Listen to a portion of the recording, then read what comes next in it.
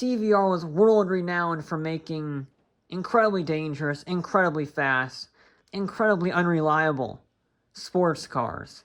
But one year, in 1998, they took the hypercar market by storm and made the fastest, most extreme, most dangerous road car quite possibly in the history of the modern automotive market. This is the story of the TVR Speed 12. Absolutely not.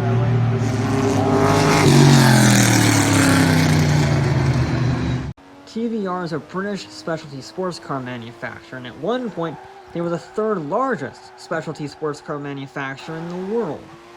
You know, of course, in between their half-dozen owners and terrible, deadly fire hazards that they called their cars. But one of their most popular models was the two-door GT car called the Cerbra, named after the three-headed dog that guards the door to Hades. And with a name like that and TVR's policy, if there's nothing wrong until a customer calls about how dead they are, you'd expect it to be a monster. And you'd be right. Thanks to removing useless things like airbags, it was under 2,500 pounds, and its engines ranged from the Speed 6, an inline 6 making 350 horsepower, all the way up to the Speed 8. It was a V8 masterpiece designed like an F1 V8 of the time, so it had a 75-degree V-angle, a flat-plane crank, and it made 440 horsepower at 7,300 RPM.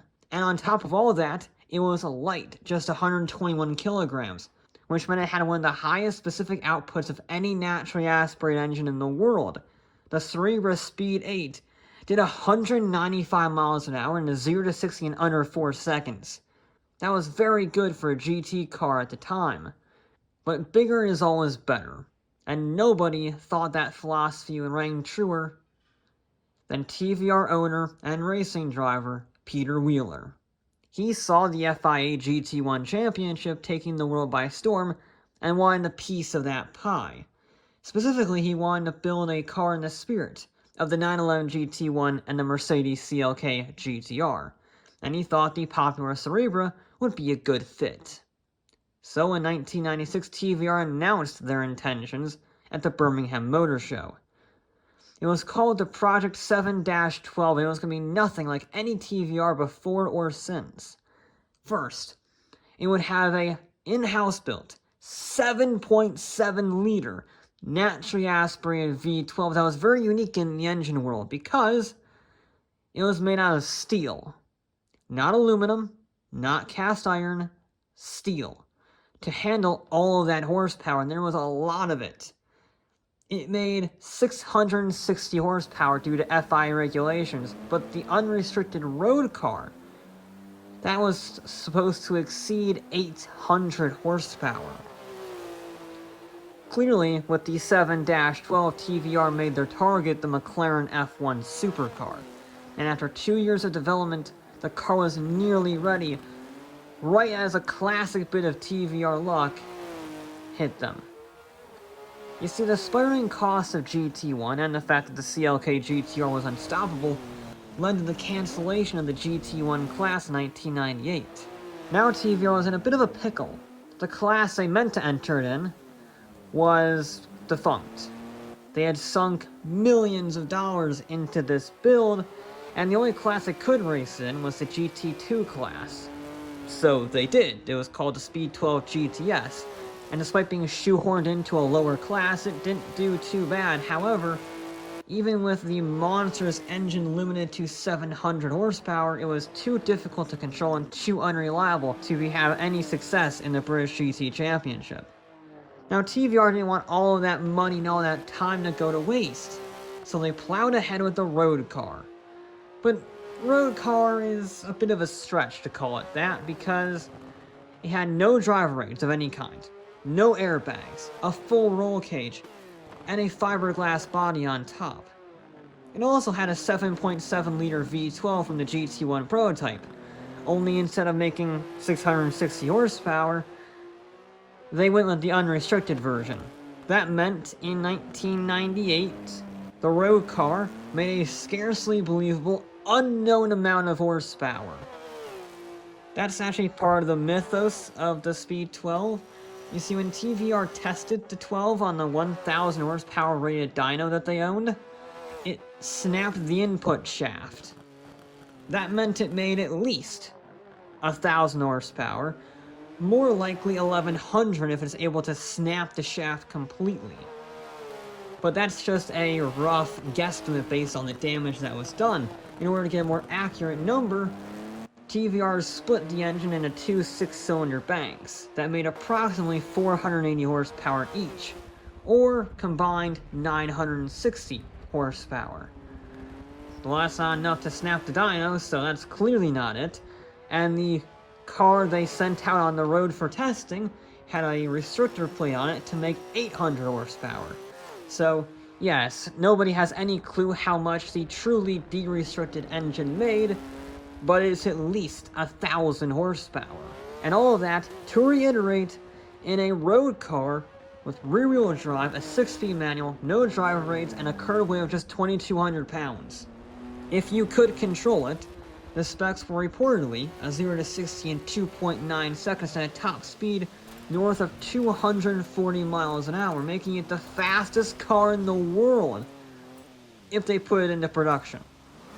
You see, Peter took the prototype home for the weekend, and his face must have come back pale next Monday because when he got into work, he immediately canceled all development on the Speed 12 and just let it go.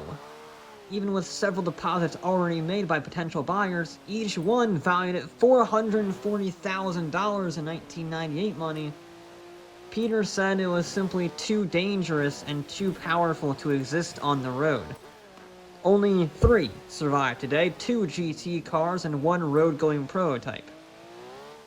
And in fact, the only reason that prototype exists is because 3 years after all of this went down in 2003, all of the prototypes were pretty much destroyed for the road, and TVR wanted to rebuild one road car just because. So they found one of the prototype chassis that wasn't scrapped, and the engine and the body were scavenged from one of the disused GT racers. And the result was the only registered Speed 12 ever made, W112BHG. It was a bit of an amalgamation of various Speed 12, so it's not a true representation of the original prototype, but it's the best we got. This is the one that was limited to 800 horsepower and 650 foot-pounds of torque. Even so, Peter only sold the vehicle to someone who he personally vetted so that they didn't kill themselves and destroy the only known version to exist. And it's still alive today. It's currently housed in the Lakeland Motor Museum, and it's frequently taken from that museum by the owner to various shows across the United Kingdom. And that was the end of the Speed 12 story, to be honest. When W112 was sold in 2003, everybody thought the epic saga was over. But some former TVR engineers clearly had an itch to scratch because in 2018, Helical Technology unveiled the TR Speed 12 Turbo.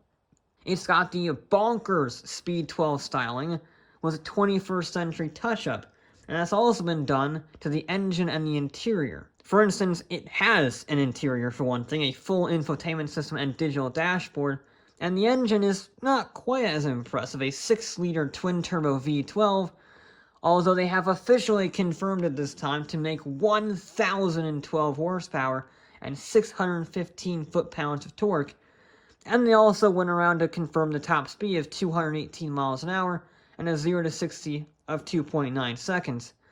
And it cost considerably more than the original Speed 12 base price at $1.2 million each. But I haven't actually seen anything in 2 years since they launched it, so maybe save your money on this one. And to be honest, it doesn't feel like a Speed 12, really.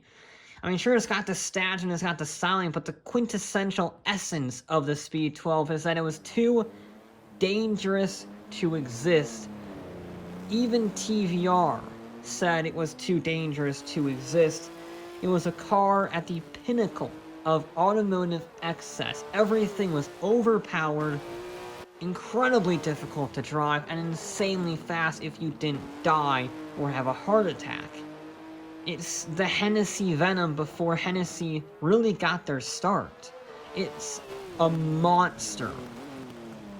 And one that we will never see again, nothing even close again, because supercars these days, supercars and hypercars, are relatively tame compared to the 90s. The 90s was the Wild West of the supercar market, where we had these advancements in speed, but not so much in handling or gearboxes or brakes. They were very analog. And the Speed 12 was the embodiment of this blessing and the curse, because it was insanely fast, but unlike even the McLaren F1, it was incredibly unrefined, it was raw, and that was the charm of it. But it was also its downfall. And that's probably why it is still such a long-lasting vehicle. It's one of the most fondly looked at TVRs ever, one of the few fondly remembered TVRs, to be honest. It's a unicorn, it's a myth that can't even exist anymore. It's a legend.